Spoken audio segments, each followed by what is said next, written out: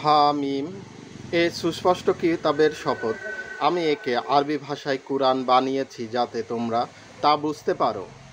প্রকৃতপক্ষে এটা মূল কিতাবে লিপিবদ্ধ আছে, যা আমার কাছে অত্যন্ত উচ্চ মর্যাদা সম্পন্ন ও জ্ঞানে ভরা কিতাব।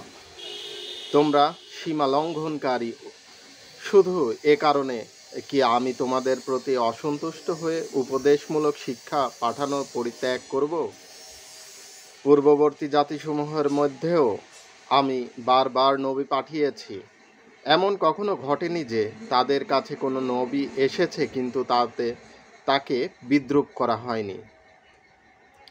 যারা এদের চেয়ে বহুগুণে শক্তিশালী ছিল তাদেরকে আমি ধ্বংস করে দিয়েছি।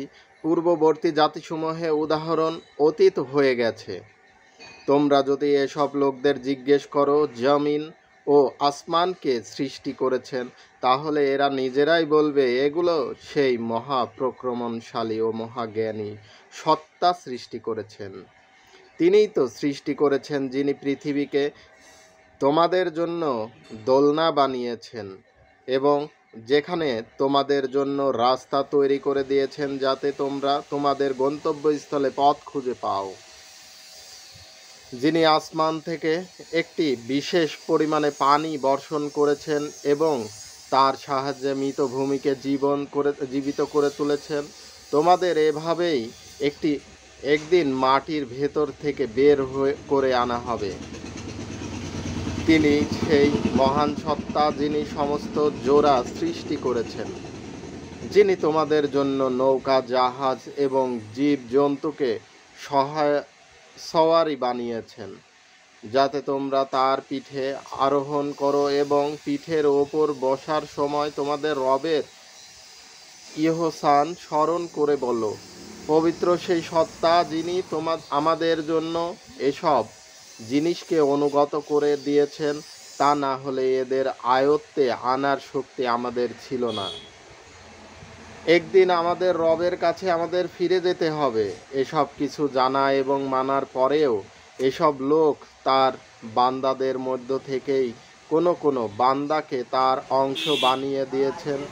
প্রকৃত সত্তা এই যে মানুষ সুস্পষ্ট অকৃতজ্ঞ। রুকু 2। আল্লাহ কি তার সৃষ্টির মধ্য থেকে নিজের জন্য কন্যা বেছে নিয়েছেন এবং তোমাদের পুত্র সন্তান দিয়ে পুরস্কৃত করেছেন?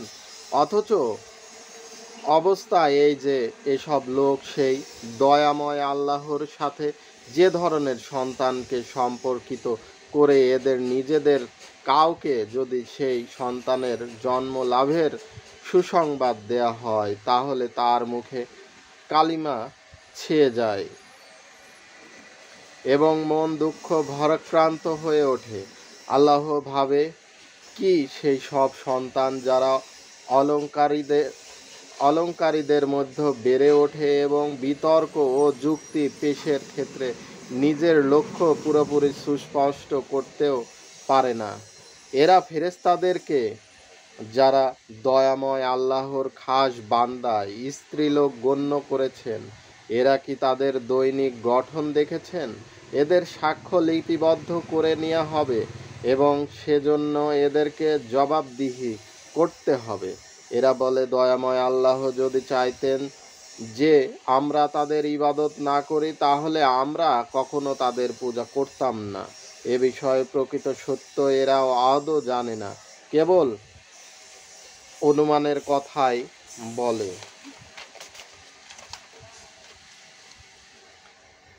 আমি কি এর আগে এদের কোনো কিতাব দিয়েছিলাম নিজেদের এ ফেরেশতা পূজার সপক্ষে এরা যার সনদ নিজেদের কাছে সংরক্ষণ করেছে?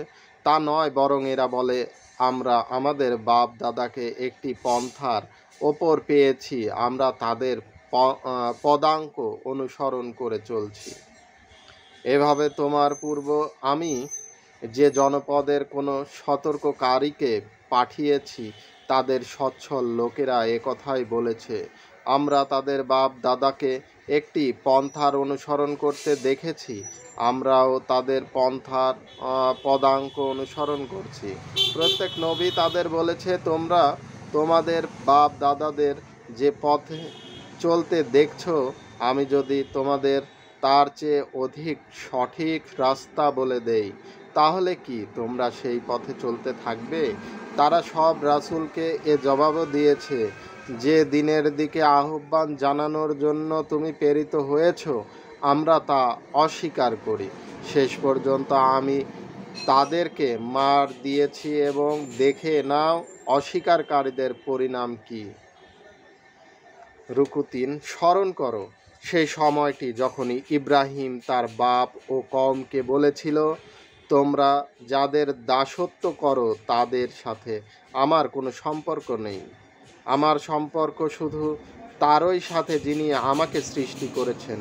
তিনি আমাকে পথ প্রদর্শন করবেন। ইব্রাহিম এ কথাটি তার পেছনে তার সন্তানদের মধ্যেও রেখে গিয়েছিল, যাতে তারা এর দিকে ফিরে আসে। এসব সত্ত্বেও যখন এরা অন্যের দাসত্ব করতে শুরু করলো, তখন আমি এদের ধ্বংস করে দিলাম। আমি বরং আদের বাপ দাদাকেও জীবনোপকরণ দিতে থাকলাম, এমনকি শেষ পর্যন্ত এদের কাছে ন্যায় ও সত্য এবং সুষ্ঠু বর্ণনাকারী রসূল এসে গেল। কিন্তু ন্যায় ও সত্য যখন এদের কাছে আসলো, তখন এরা বলল, এ তো জাদু, আমরা তা মানতে অস্বীকৃতি জানাচ্ছি। তারা বলে, দুটি শহরে বড় ব্যক্তিদের কারো ওপর কুরআন নাজিল করা হলো না কেন? তারা বলে, তোমরা রবের রহমত কি এরা বন্টন করে? দুনিয়া জীবনে এদের মধ্যে জীবন যাপনের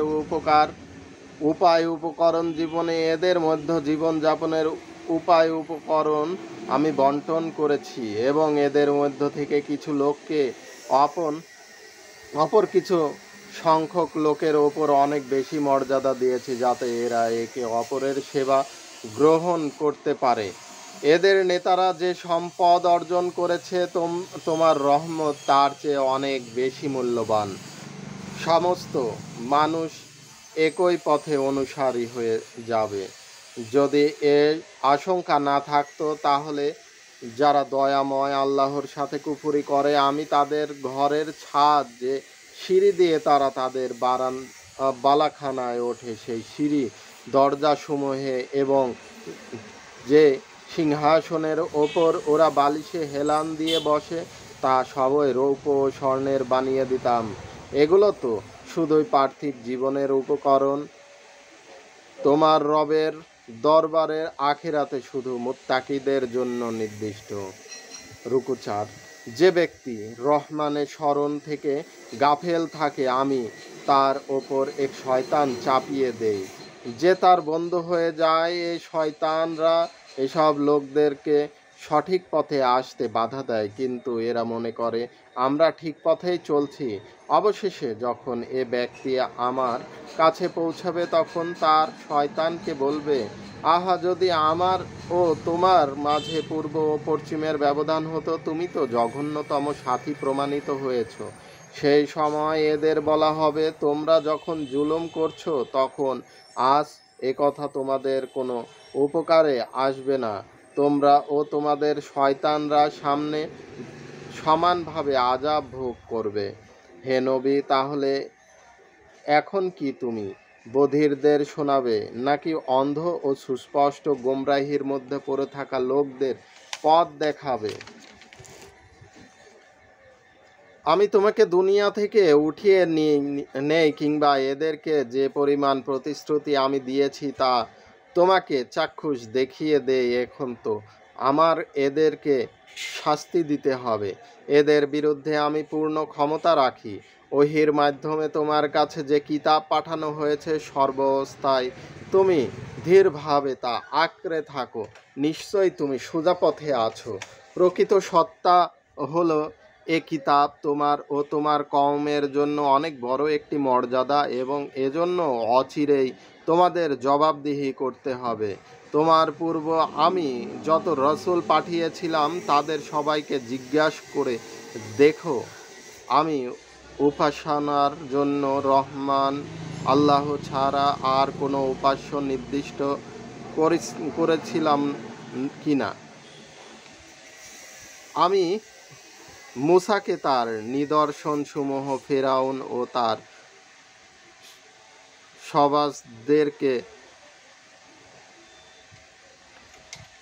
সভাসদদের কাছে পাঠিয়েছিলাম। সে গিয়ে তাদের বলেছিল, আমি বিশ্বজাহানের রবের রসুল। অতঃপর সে তখন তাদের সামনে আমার নিদর্শনসমূহ পেশ করল। তখন তারা বিদ্রোহ করতে লাগলো।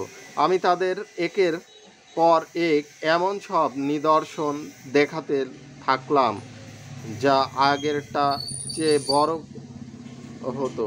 আমি তাদেরকে আযাবের মধ্যে লিপ্ত করলাম যাতে তারা তাদের আচরণ থেকে বিরত থাকে। প্রত্যেক আযাবের সময় তারা বলতো, হে জাদুকর, তোমার রবের পক্ষ থেকে তুমি যে মর্যাদা লাভ করছো তার ভিত্তিতে আমাদের জন্য তার কাছে দোয়া করো, আমরা অবশ্যই সঠিক পথে এসে যাব। কিন্তু আমি সেই মাত্র তাদের ওপর থেকে আযাব সরিয়ে দিতাম, তারা তাদের প্রতিশ্রুতি ভঙ্গ করত। একদিন ফেরাউন তার কওমের মাঝে ঘোষণা করল, হে জনগণ, মিশরের বাদশাহী কি আমার নয় এবং এসব নবী কি আমার অধীনে প্রবাহিত হচ্ছে না? তোমরা কি তা দেখতে পাচ্ছ না?